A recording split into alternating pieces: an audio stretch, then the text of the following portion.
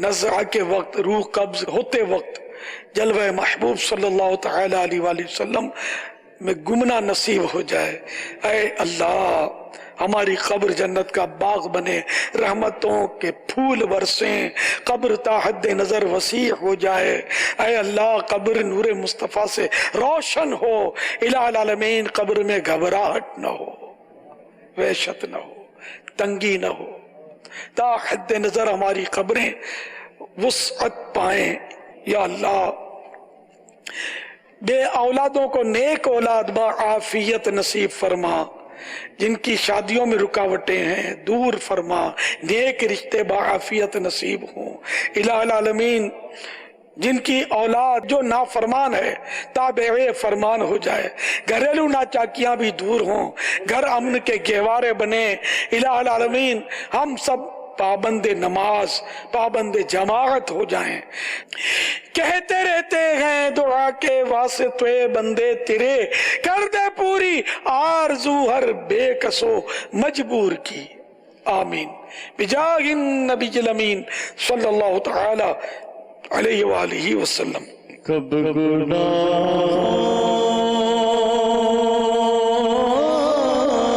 سے کنارہ میں کروں گا یا رب، نیک کر اے میرے اللہ، بنوں گا یا رب، نیک کر